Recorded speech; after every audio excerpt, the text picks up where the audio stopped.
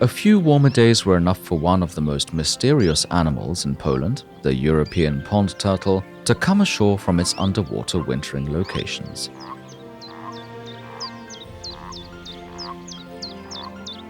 In Poland, depending on the weather, turtles can be observed as early as the last days of March or the beginning of April.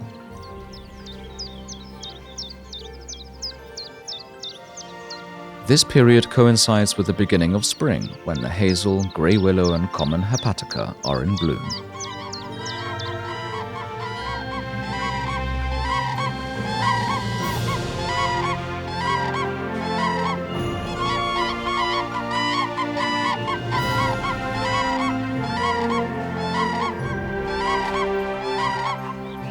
Turtles are not very active when they wake up. Instead, they like to bask in the sun.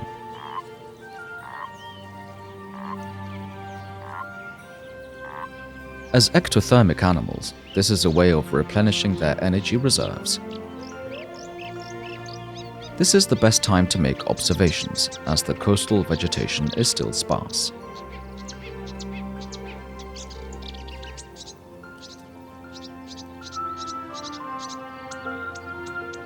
The European pond turtle, a unique relic of Polish nature.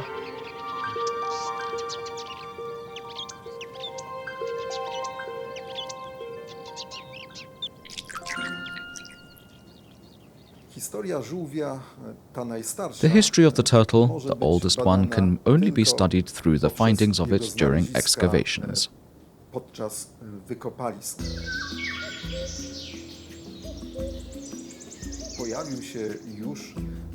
It appeared as early as the Ice Age, but in these obviously warm times. We know that the closest place from which it spread to Central, Northern and Western Europe was the southeastern Balkans.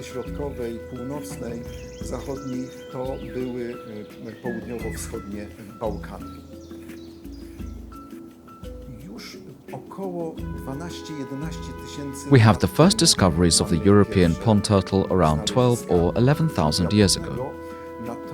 But the best time for the colonization of these areas was in the pre-boreal period. That is, after the end of the Ice Age and the onset of what we now call the post-glacial period, the Holocene.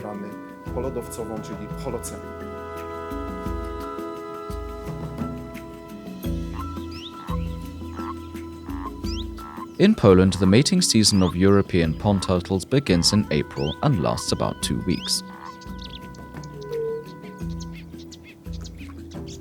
The courtship and copulation, called amplexus, takes place in water. The couples can be seen swimming just under the surface of the water.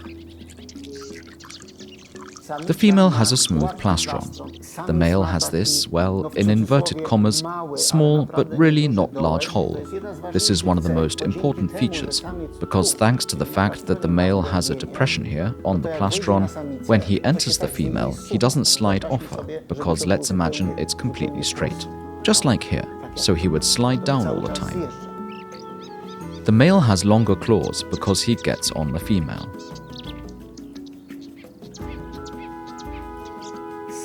This slight hole of his on the plastron does not allow him to fall. And in addition, it more or less looks like he is holding on tightly with these claws. These claws are very important, and actually I think they only serve to curve the claws themselves, make copulation easier. The males during copulation are also helped by forelegs with digits ending in strong claws. The European pond turtle is a predator that hunts in water.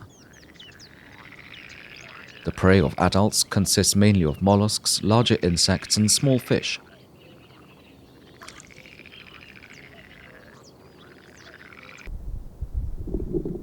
Which they catch by suddenly throwing their heads forward. Prey is torn apart with claws and horned jaws. Turtles do not disdain carrion either. Young individuals feed primarily on insect larvae and small fish. Vegetative foods make up a small proportion of their diet. The European pond turtle is classified as a semi-aquatic animal but spends most of the year in water. The lungs help it to stay in an aquatic environment. They are an organ similar to the swim bladder in fish. Such an individual can remain underwater for as long as 40 or 50 minutes under the right conditions. Turtles are able to swim thanks to their digits, which are bound together by an interdigital webbing, and their flattened and smooth carapace. There are no outgrowths that would get in the way because it often lives in swamps, in alders, where there are tree trunks and branches, and if something were to stick out here, it would sneak under the water between these branches and it would constantly get snagged and have to retreat. Its protective coloration in the form of yellow spots, especially on its head and limbs, makes it almost invisible in its environment, especially among the duckweed. The turtle has a very well-developed sense of smell. It enables it to search for food in poorly clear water, as well as to identify the odorous substances secreted by the female during the mating season.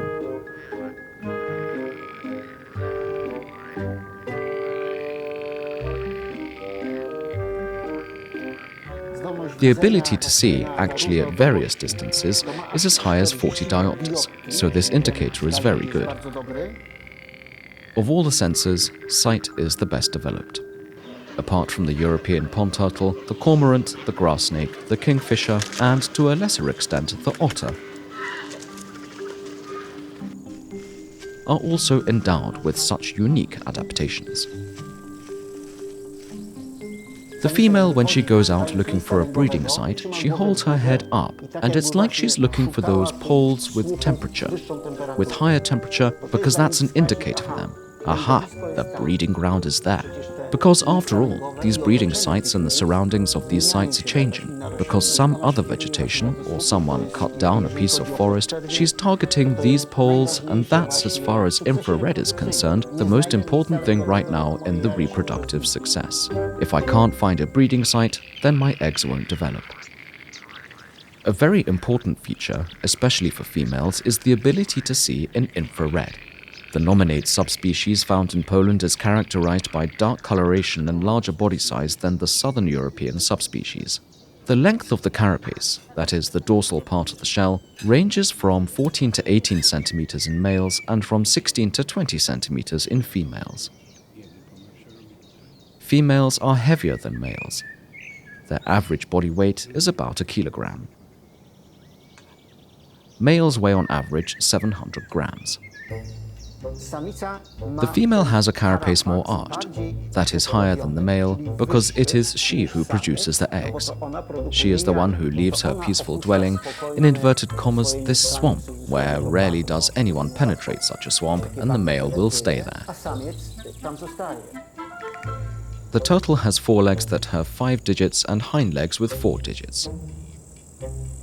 This reptile has contrasting coloration. The body coloration in one population can be very variable.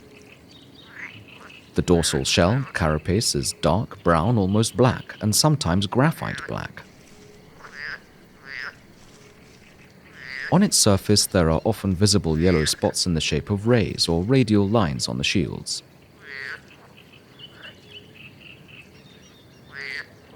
The abdominal shell, plastron, is in males usually black or almost black, in females lighter or darker with light spots. The dorsal and ventral shells are connected by an elastic bridge. The head, neck, paws and tail are black with numerous small yellow spots. Females have far more of these spots, especially on the head and neck. The iris of the female and all sexually immature young is usually yellowish, while that of the male is orange or reddish-brown.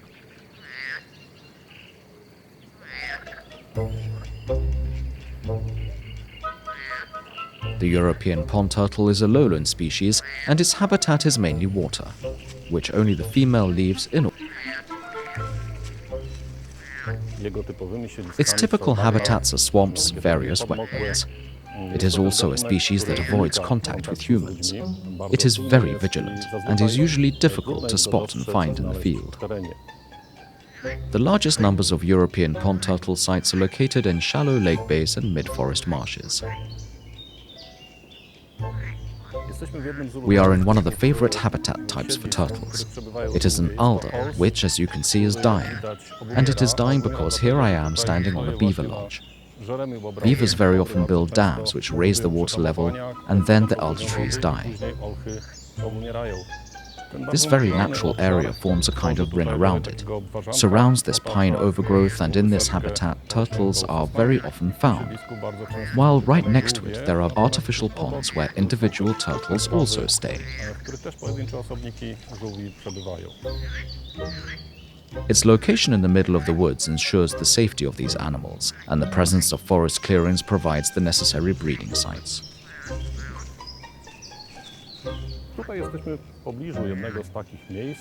A stopover for turtles that are typically found on the other side of this pond in the marshes. This over here is a female. They come just before the breeding season to go out near evening, dig a hole and lay their eggs there. Young turtles prefer a slightly different environment than older turtles. For safety reasons, they prefer wet alder swamps and small ditches and streams. They find more hiding places there, and the lack of open and deep water protects them from attacks by predatory fish. Watercourses are also important migration routes for these animals. The turtle is, of course, considered to be a symbol of slowness, but it was able to move quite efficiently. They use the facilities that we humans have made for them. That is, there is a series of drainage ditches, and turtles can move up to several hundred meters a day. Usually such movement takes place in spring, when the males are looking for females. The second moment is when the females come to their breeding grounds. Most reservoirs and watercourses in which European pond turtles live are of a eutrophic nature. They are usually shallow, with a thick layer of bottom sediment, well-developed coastal vegetation and muddy banks. Such places heat up quickly and are abundant in food. Turtles can also be found in artificial reservoirs such as fish ponds, clay pits, and other post-production reservoirs. They are just as likely to inhabit small rivers with calm currents, canals, and even drainage ditches, which are important migration routes for these animals. Sometimes the places where turtles are found are far from what we imagine an ideal turtle habitat to be. Sometimes they inhabit very polluted and degraded reservoirs. The turtle is often referred to as a shield or umbrella species. This means that by protecting turtle habitats, we protect the biotopes of many other animal and plant species that are often threatened with extinction.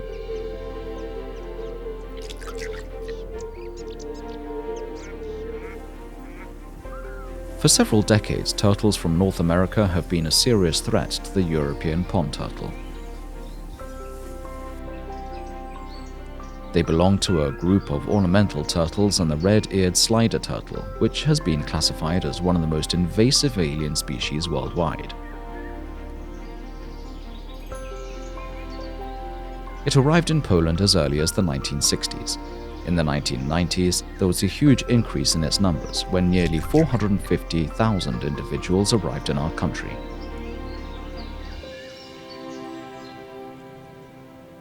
Currently, ornamental turtles are found in reservoirs and watercourses in almost all over Poland, except for the northeastern part of the country. The red-eared slider turtle effectively competes with our turtle for both food and places to lay eggs and bask. This is of great importance in regions with colder climates. They can also carry dangerous parasites, including nematodes and bacteria. They can also carry salmonella, which carries a risk of infecting humans with this bacterium. In Northern and Central Europe, the European pond turtle is now a very rare animal and has been included in the red list of threatened animals in many countries. The main reason for the disappearance of this species was humans, who have destroyed its populations and habitats for hundreds of years. In many regions of Europe, it was caught en masse for culinary purposes.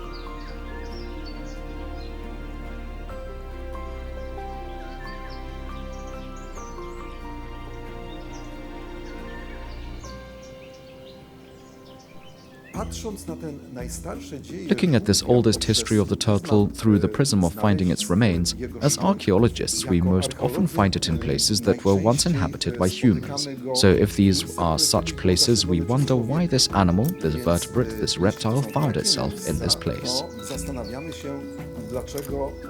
We can, on the basis of our various indications, this archaeological context that is, the environment in which these turtle remains were found, assign three types, or three modes of human use and interest in the turtle. The first is a very prosaic one because it is related to food.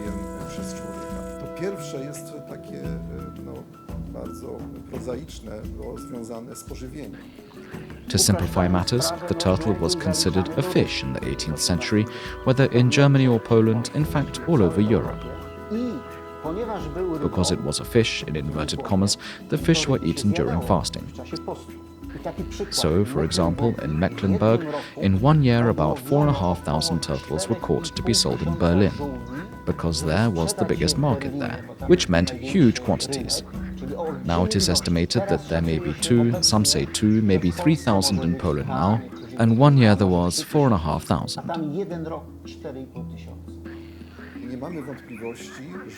We have no doubt that the European pond turtle was an animal that was caught when it laid its eggs in the land zone, and was caught when there was fishing and when there was a shortage of food. When it was spring, when the whole world was just coming to life and man obviously needed this food. Kiedy właśnie cały świat budził się do życia, a człowiek potrzebował rzeczywiście tego pożywienia. Ludwig Bojanus, a German who worked at Vilnius University, wrote his famous work Anatomy of the European Turtle. For this work, he used more than 500 adult turtles, mostly brought from Polesie. The 500 turtles went under the scientist's knife. His work is still eternal, but what a loss in population. We have also found turtle remains that allow us to believe that the turtle had another function, a function in beliefs, a magical demonstration of a connection to a world other than our own. This magical function does not preclude treating the turtle as a pet, an animal for company, an animal that probably aroused curiosity and interest. Turtles were sometimes bred for entertainment purposes. For example, the Masurians sold turtles in Königsberg in the 18th century. Innkeepers bought them, kept them in a container of some sort, and when someone came to drink beer or wine, they could touch the turtle or look at it.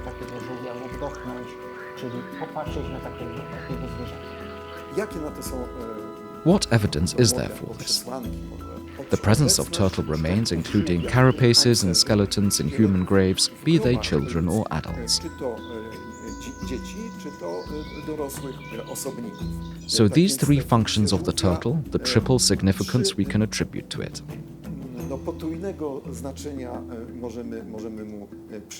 And when we can also think that it was an animal which, due to its appearance, was quite mysterious and was perceived as such, and what is mysterious, and in the end not as common as other animals, caused such interest.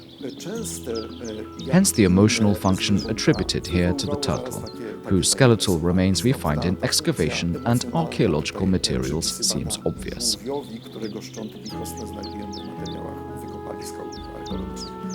And there's also culture, in a completely different dimension, a more hobbyist one.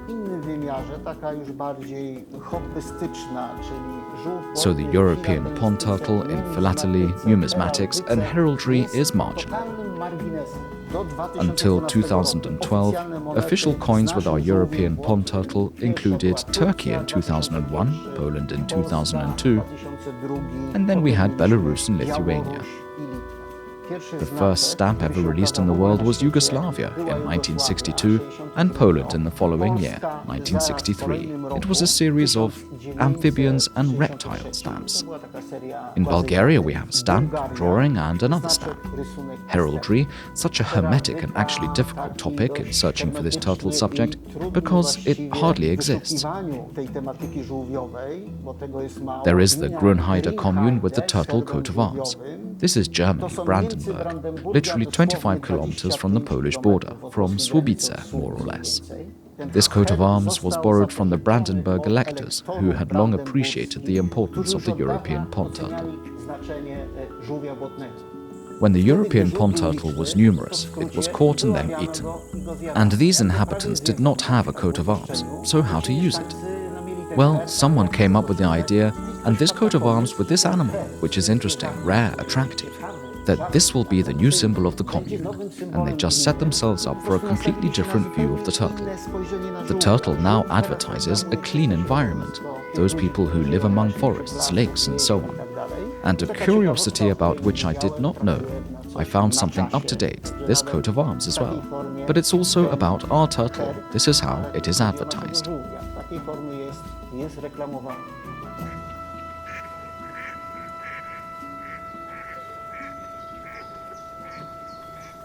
In the third decade of May or early June, the females leave the water to lay their eggs. This period coincides with the blooming of the yellow iris. Yellow irises are therefore the most important indicators of European pond turtle hatching. This is also the time when the marsh Labrador tea is in full bloom and when the mosquito and the blackfly are at their peak. Egg laying very often starts just after rainfall and storms. The ground, moistened at the time, makes it very easy for the females to exhaustively dig the egg chambers.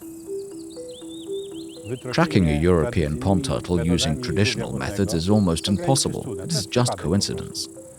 Thanks to the transmitters, however, we have learned about the migration routes, how they move, their movements. This is completely different from what we thought. We think that if we've been observing turtles for 20 years, we know a lot about them. The telemetry research has verified this very well, and in fact we still know very little about them. Telemetric studies, or in fact radio telemetry, because here we track the radio signal from a transmitter, allows us to discover migration routes, wintering sites, those places where they feed after breeding, characteristic of the particular species. Occasionally, a female pond turtle can be seen heading for an egg-laying site. This usually happens on the road or on an open area of the nesting site. Occasionally, it crosses the road. People catch it and carry it away. Reports of run-down individuals and sightings of turtles on the roads testify to the high risk to this species from drivers. Recently, we had a situation where a certain person came across a female on a forest road digging a nest and caught the turtle and carried her into the forest, interrupting this egg-laying process. If she leaves the water and she walked for 2 days, those 2 days she has to return to the reservoir from which she came to get water. This doesn't seem like much, but a week lost in the case of a cool, rainy summer can result in those little turtles not hatching, not incubating, and simply the entire hatchling being lost.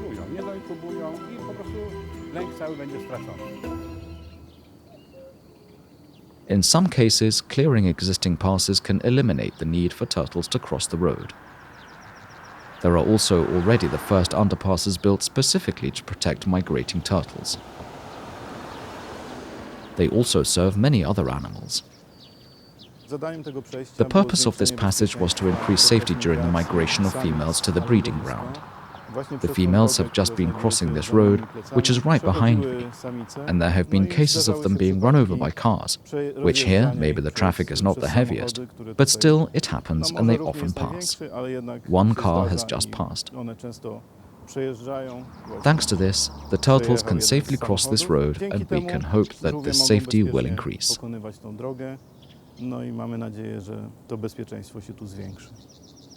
There are many such crossings for small animals, but no one has yet built one dedicated to the European pond turtle. So there is no information on how such crossings should be built, whether they work or how they will function. We will have done this, and the first monitoring results have shown that European pond turtles do indeed use these crossings, and as a result do not die under the wheels of speeding cars.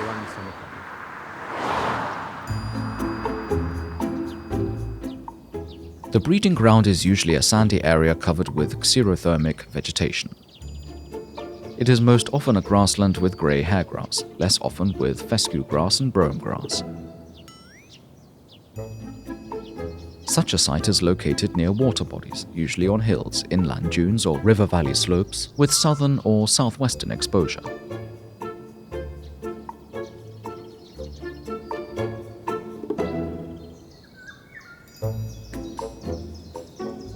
It also happens that females choose to lay their eggs in the middle of field or forest roads, farm fields, pastures, and even home gardens.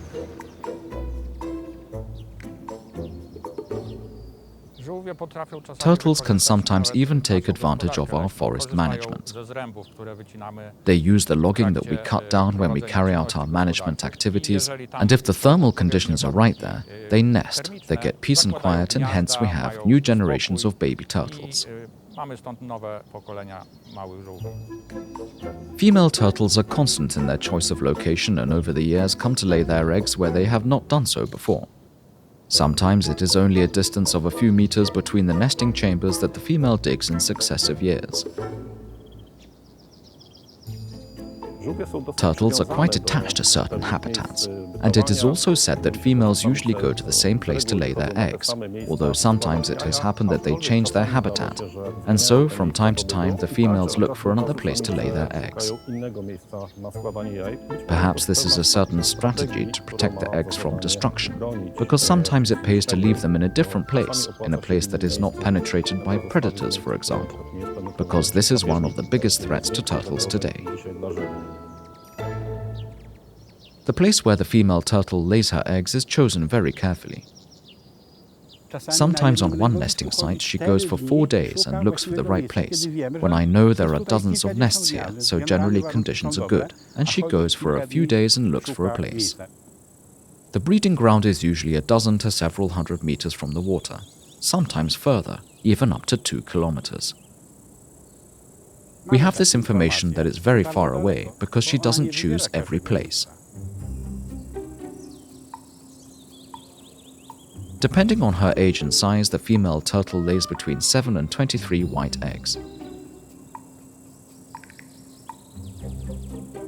They are usually laid between 6 and 10 p.m. and the whole process takes 2 to 3 hours. The female digs the egg chamber in a sandy spot that is sheltered by vegetation. The hole is pear-shaped and up to 15 centimeters deep.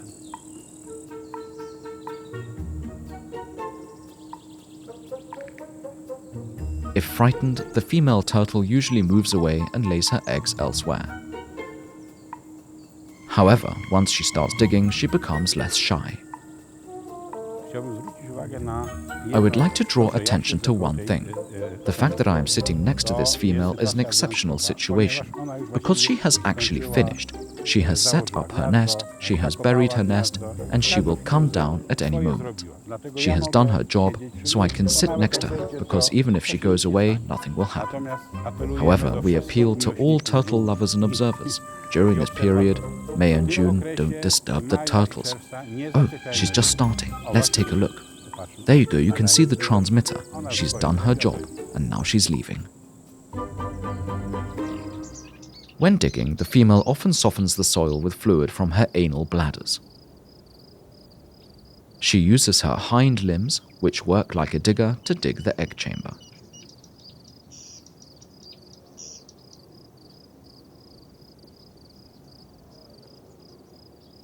She lays the eggs directly into the hole and mixes them with the sand at the bottom of the hole. After laying the eggs, the female masks the egg chamber by covering it up and quickly returns to the water.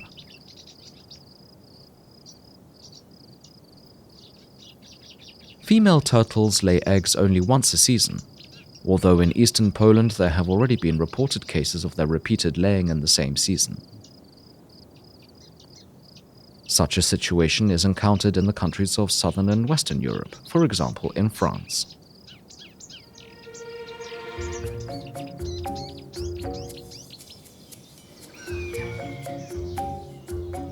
European pond turtles are very often exposed to attacks by predators. During an attack, their carapace is most often damaged or a body part, such as a leg or a tail, is bitten off. predators also destroy nests with eggs. Foxes, raccoon dogs, badgers or ravens, and even wild boar are the animals that most frequently destroy nests. However, there are probably far too few places where turtles lay their eggs, as more than 30 females sometimes go out into this small field one year. They come down from a large area, and this accumulation of nests is easy to track down by predators, mainly foxes. Around 70 to 90% of the egg deposits in our country are dug up and plundered by them. Foxes are the most dangerous, as they remember where the food base is and return regularly. They destroyed 100% of the new nests set up, so to speak. An element supporting breeding success is the protection of localized egg chambers against unwanted intruders. It is a simple and effective way of securing the laying site with a metal or plastic net firmly pinned to the ground. The net was made of metal, but within 2 to 3 years the foxes learned to bypass this protection. The net is nailed to the ground with these pins, and it really protects from above. But very soon the foxes started digging around, and actually after a few years they bypassed all the protection and again destroyed practically most of the nests. For a couple of years now, we've had the idea to try this. We call it an armored star, which means netting on top and 4 metal sheets, actually 2 on each side, and it really works. At the moment, we have a slight advantage over predators, mainly foxes. It is important that the net has sufficient mesh size to ensure free exit for hatchling baby turtles.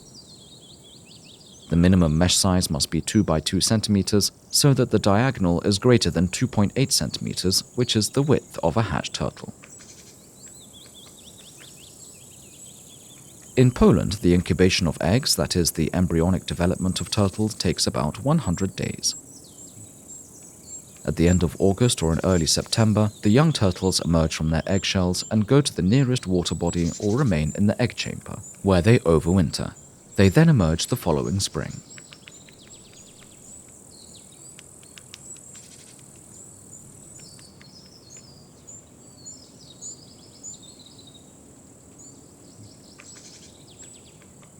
In turtles, as in other reptiles such as crocodiles, there is a temperature-based sex determination mechanism. Females are usually born when the development of the embryo in the middle third of incubation has been accompanied by maximum temperatures. That is, cold or hot weather favors the birth of young female turtles. At typical temperatures, which are not abnormal, males are born.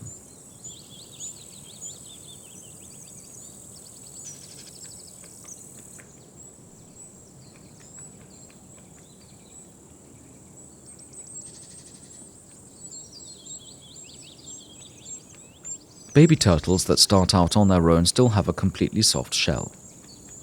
They often fall prey to predatory fish, mammals, water birds, and even large beetles, such as the great diving beetle. Larger turtles are prey for foxes, wolves, raccoon dogs, otters, black storks, grey herons, white-tailed eagles and pikes. Therefore, they like to find shelter in wet alder forests and drainage ditches. A major threat in western Poland is the appearance of the common raccoon. This is a species that has started to appear in Poland for some time. It is expanding from the west towards the east. This is a problem, as the common raccoon is an animal that feeds quite intensively and can penetrate different environments. In Germany, there have been observations that raccoons can tear the shells of adult turtles, and slowly the species is becoming a big problem here in western Poland, for example.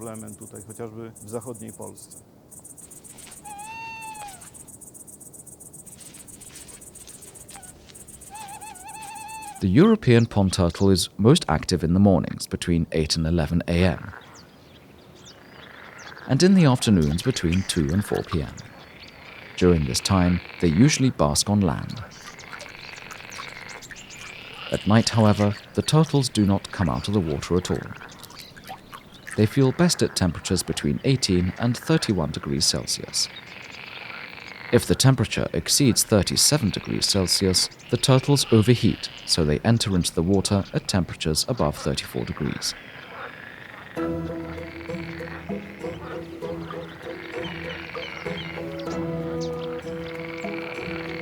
Breeding of young individuals is one of the elements of active conservation of the species, especially where populations are scarce and threatened with the loss of stability. Turtle breeding programs have been carried out since the late 1980s. The main goal of these activities is to increase the chances of survival for young individuals in the first year of life. In Poland, breeding takes place for 1 year. In some European countries, it sometimes takes 2 years. In this way, during the critical period of life, young individuals remain beyond the reach of predators. Under artificial conditions, the survival rate is approximately 90%.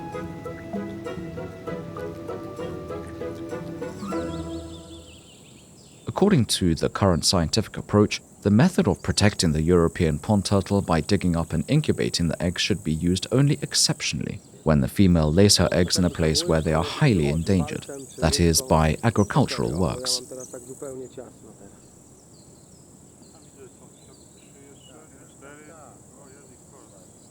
One of the first European pond turtle breedings in Poland was carried out in Kraków by Dr. Maria Zemanek. Between 1990 and 1996, a total of 160 young turtles were released in the then Radom Voivodeship, and by the year 2000, this number had increased to 439 individuals.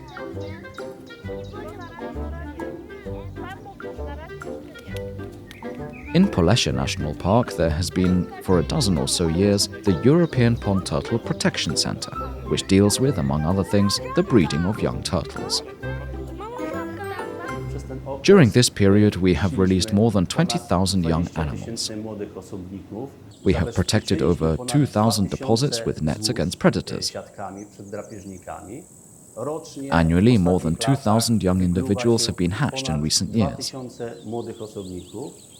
Most of these turtles are released immediately into natural bodies of water in the autumn, and some of the turtles that hatched latest or were incubated were brought to the center here.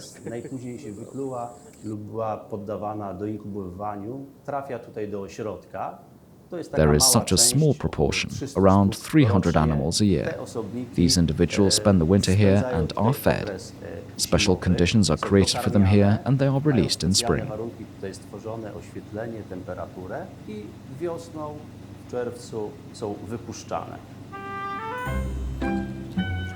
As a result of active protection, 440 young one-year-old turtles are added to the local population between 2000 and 2001. The total number of released juveniles is approximately 3,500 in Poland. There are 6 breeding sites in Polesie National Park where females go out to breed and lay eggs. We have secured over 241 females since 2017 to date. They are marked. This allows us to know exactly when they lay, whether they move from one site to another. We also know that there are double hatches within 1 year, and we have precisely this kind of full quantitative monitoring of these protected deposits.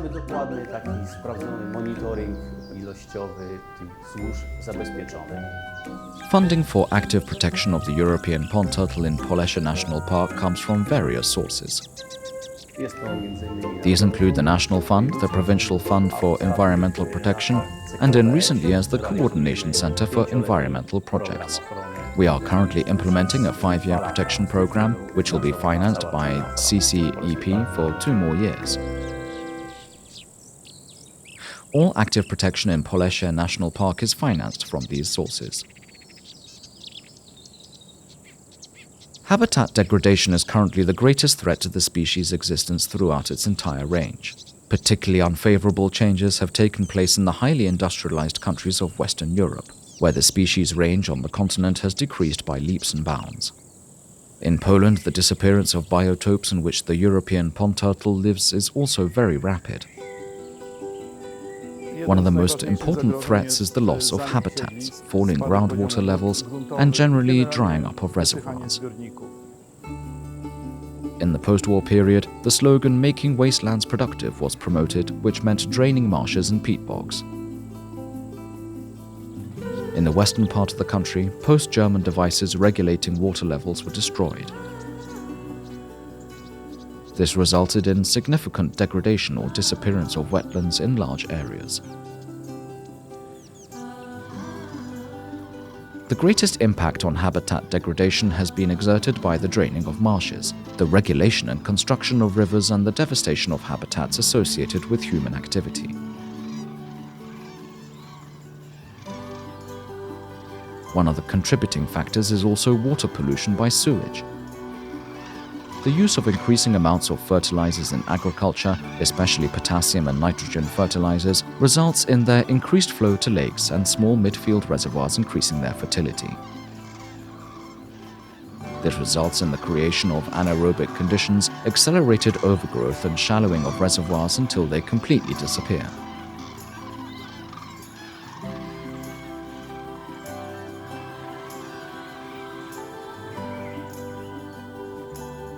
Another serious problem is the disappearance of breeding grounds. It is caused either by natural succession of small-seeded species, pine, birch, and black locust, or by planned afforestation.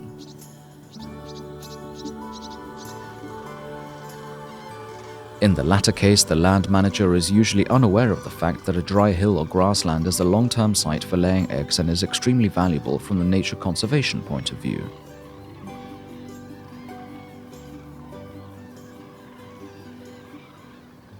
A European pond turtle breeding site, one of two in the Żółwiowe Błota Reserve. You can see from these nets here that the breeding season has already begun.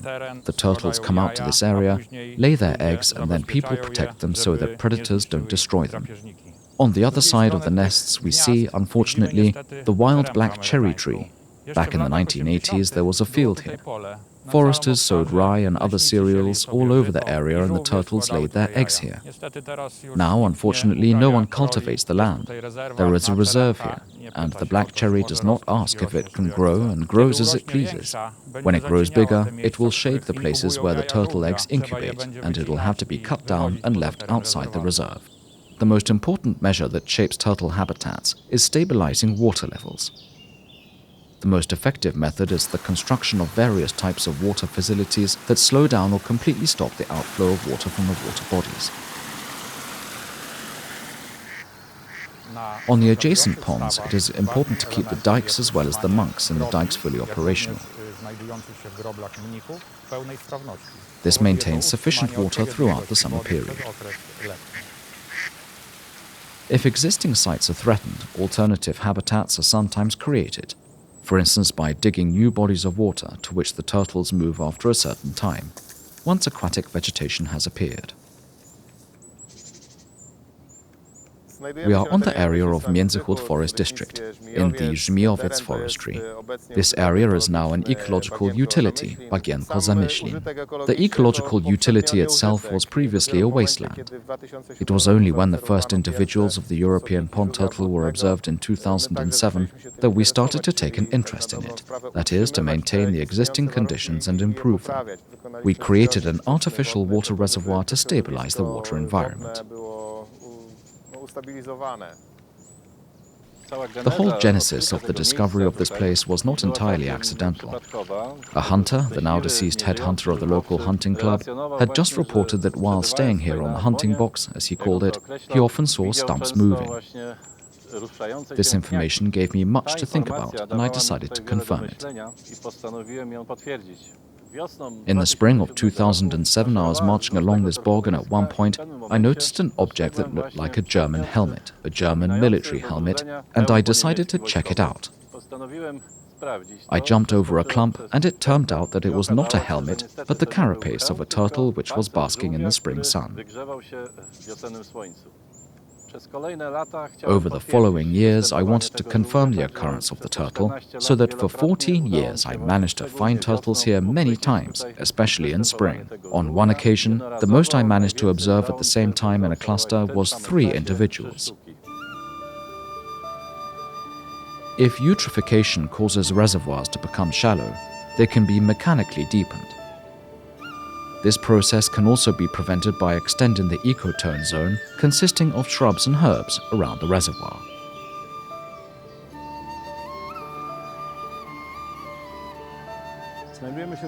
We are within the reserve and Natura 2000 area of Młodno. This is an area of an increasingly overgrown lake, now a peat bog, where turtles have been found for many years. There is not a huge population, more like single individuals, but due to the shallowing of this reservoir, 2 ponds have been built as part of the Natura 2000 project. We can see that nature has managed very nicely here, and it has created an ideal habitat for this species. An extremely important element in the conservation strategy of this species is the care of the breeding grounds. In some cases, it happens that these places become overgrown and lose their functionality. As a result of shading, incubation conditions deteriorate, and in the long run the age structure of the population may be disturbed. There is then a clear generation gap.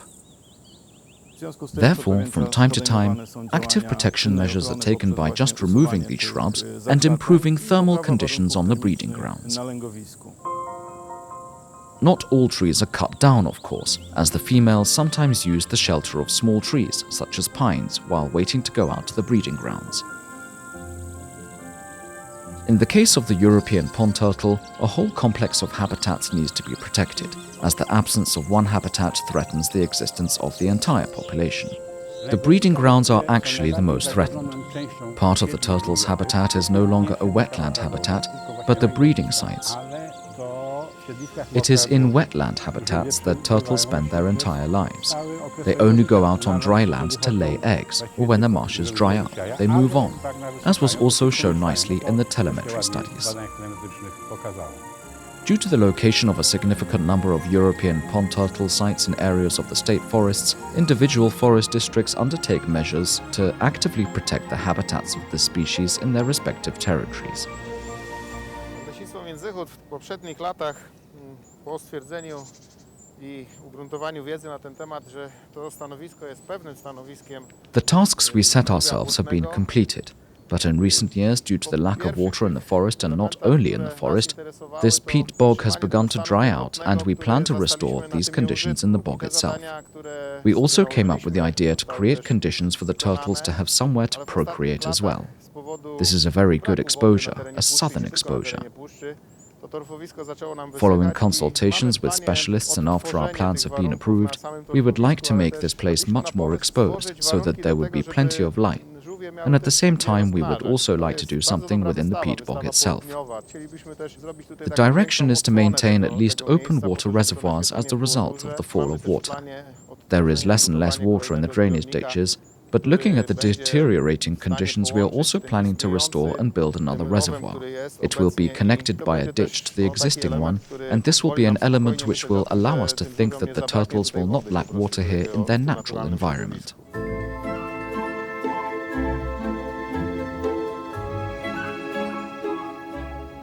The season of falling into winter numbness begins with the first frosts at the turn of September and October. Turtles usually overwinter at the bottom of water bodies, buried in a thick layer of organic sediment. There have also been observations of turtles overwintering in shallow water among fallen alder leaves, in reed beds, sedge beds, and boggy mud. In sporadic cases, they overwinter on land.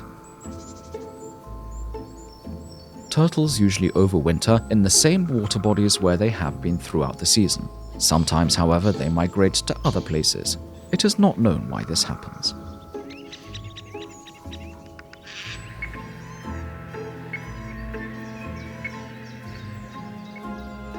Most information on overwintering sites has been obtained through telemetry studies, as transmitters also send signals from underwater.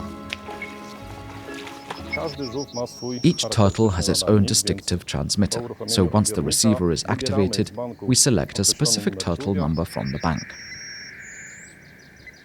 We can see that this turtle is not far from here, and now the signal of the second turtle. This signal is stronger, so it means that the individual is closer. except that at this point, of course, they are underwater. From the collected telemetry data, it is known that group wintering of several individuals in one place occurs. However, it is not known whether this is the rule. This is a new observation in terms of the biology of this species obtained by using advanced techniques. A few years ago, we tried a rather innovative method for detecting European pond turtles, which until now has only been used to detect animals from the fish or amphibian groups. It is the detection of DNA from water, so-called environmental DNA testing. This involves taking a small amount of water, about 250 milliliters, and then filtering it out, and in the laboratory, genetic testing allows us to detect traces of the DNA of the species we are looking for. In this way, we are often able to find sites of pond turtles that are otherwise very difficult to observe. The second method, which we have also tested here and which works very well in areas that are difficult to access, is drone searching for European pond turtles. Using such equipment, turtles can often be seen from a height of 40 or 50 meters. You can see them quite well. You can even distinguish the male from the female by size or the young individuals. The location of wintering grounds is important for the proper protection of European pond turtles. It helps to avoid unfavorable events such as the filling up of a reservoir, drainage works, etc., which may lead to the extinction of the entire population of European pond turtles in a given area. During their winter sleep, turtles do not feed and their life processes are significantly slowed down. Heart activity drops to 2 beats per minute. The turtle actually switches everything off. Everything is switched off. Only a little candle is burning somewhere. This is just enough to slowly move blood through the hibernating body. However, there are sporadic reports of turtles showing activity under the ice.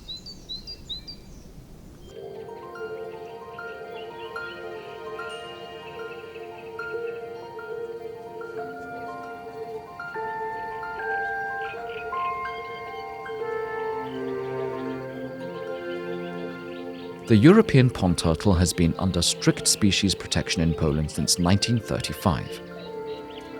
It is listed in the EU Habitats Directive and protected under the Natura 2000 network. However, despite its protection as a result of significant changes in the environment and land use, its range is gradually shrinking and further sites are disappearing.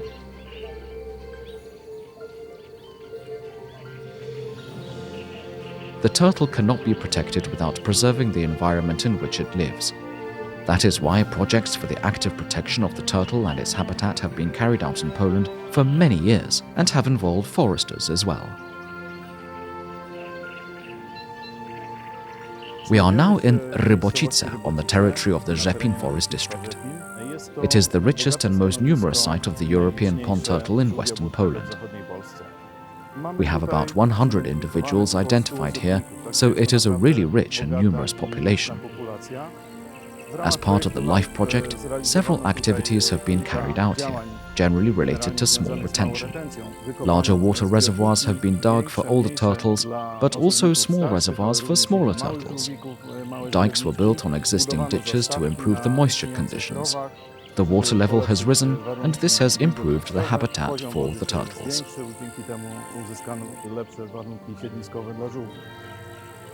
The breeding ground is periodically cleared of self-seeding plants in order to improve the sun and temperature conditions that prevail here and to increase reproductive success.